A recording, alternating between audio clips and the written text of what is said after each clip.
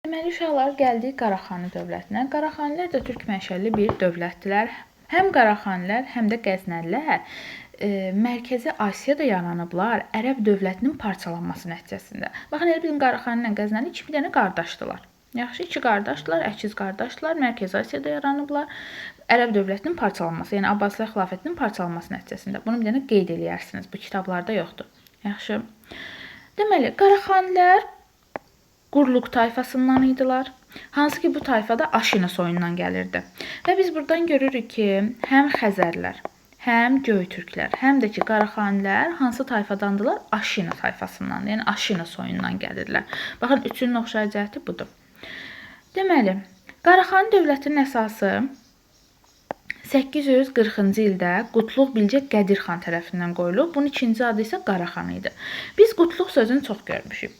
Bir boş Qutluq xanı 2-ci Göytürkdə gördük.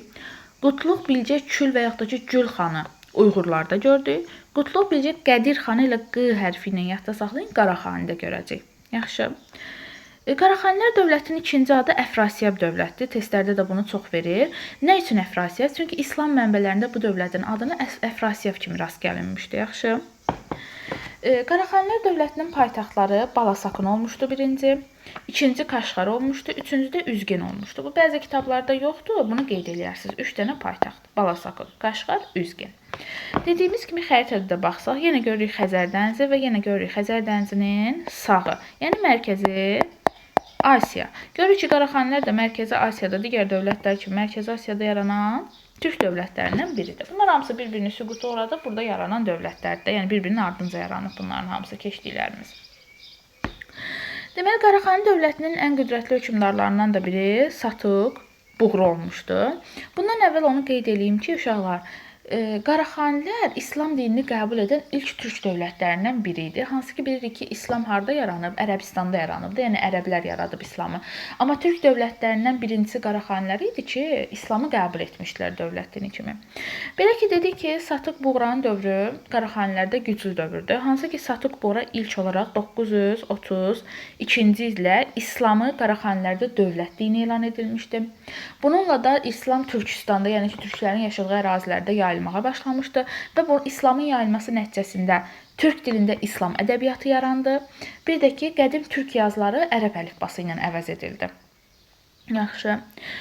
942-ci ildə isə, yəni 10 il sonra isə Satıq Buğra özün xaqanı elan etdi və bundan sonra paytaxtı Kaşqara köçürdü.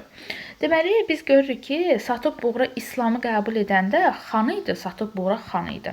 İslamdan sonra 942-ci ildə xaqan olacaq. Yəni, İslamı qəbul edəndə bu xaqan deyil. Nədir? Xandır. Buna diqqət edin. 10-cu əsrin sonunda isə Quranın türk dilində tərcüməsinə başlanılır. Bunun digər adı isə təfsirdir. Yəni, Quranın təfsiri 10-cu əsrin sonunda olur. Yəni, izahı, tərcüməsi. Türk dilində tərcüməsi. 999-cu ildə isə Qaraxani ilə Qəznəli, yəni iki dənə qardaş birləşirlər, gedirlər qonşuluqda yerləşən Samani dövlətinin süquta uğradılar. Baxın, burada yerləşirdi Samanilər. Samani dövlətinin süquta uğradılar. Həmin vaxtı Qəznəli hökmdarı da Mahmud Qəznəli olmuşdu. İndi Qəznəlilər dövlətində keçəcək buna. Samani süquta uğrayandan sonra onun ərazisi Qaraxani ilə Qəznəli arasında bölüşdürülür və bununla da bu iki qardaşın ərazisi daha da nə olur? Genişlənir. Samani dövləti süquta uğrayandan sonra Qaraxanilərin ərazisi Balxaş gölündən Hindiquş dağları və Qaraqorum dağlarına qədər, baxın, bu geniş əraziləri əhatə edir. Həmçinin görürsünüz ki, Qaraxanilər Çindən qonşudur. Baxın, burada Çindir bu hissədə.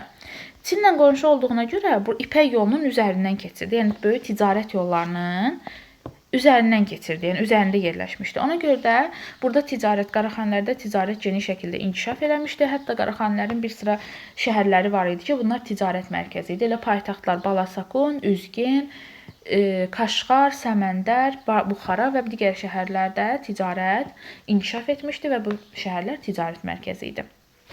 Lakin bütün bunlara baxmayaraq Qaraxani dövləti zəifləməyə başlayır. Zəifləmə səbəbi də nə idi? Əvvəllər vergilər birbaşa dövlətin xəzinəsinə gedirdi və dövlət üçün xərclənirdi. Lakin sonradan özbaşınalıqlar başlayır. Bu zaman vergi yığan məmurlar verginin böyük bir hissəsini özlərinə götürürlər, cüzi bir hissəsini aparıb dövlət xəzinəsinə verirdilər. Yəni özbaşınalıq, feodal özbaşınalıqları zəifləmə səbəbi. Digər bir səbəbi isə mərkəzi hakimiyyət uğrunda gedən mübarizələr idi. Bütün bunlar dövlətin zəifləməsinə səbəb olur və bu səbəbdən də dövlət 1042-ci ildə iki yerə parçalanır. Şərqi Qaraxaniyə, Qərbi Qaraxaniyə. Şərqi Qaraxaniyə 13-cü əsrin əvvəllərində Qarakitay adlı Monqol tayfaları var idi. Onlar tərəfindən süquta uğradılır. Qərbi Qaraxani isə 1212-ci ildə Xərəzmşahlar tərəfindən, hansı ki bu da bir türk dövlətidir, Mərkəzi Asiyada yaranıb, Xərəzmşahlar tərəfindən süquta uğradılır. Və burada bir ilginc məsələ var. Biz Qaraxaninin süqutunu 1042 götürmürük dimin testində. Neçənci il götürürük? 1212 götürürük. Bax, yaxşı, bax dimin testində bunu belə götürürlər. Qaraxanilərin süqutu 1212, yəni Qərbi Qaraxaninin süqutu ilə.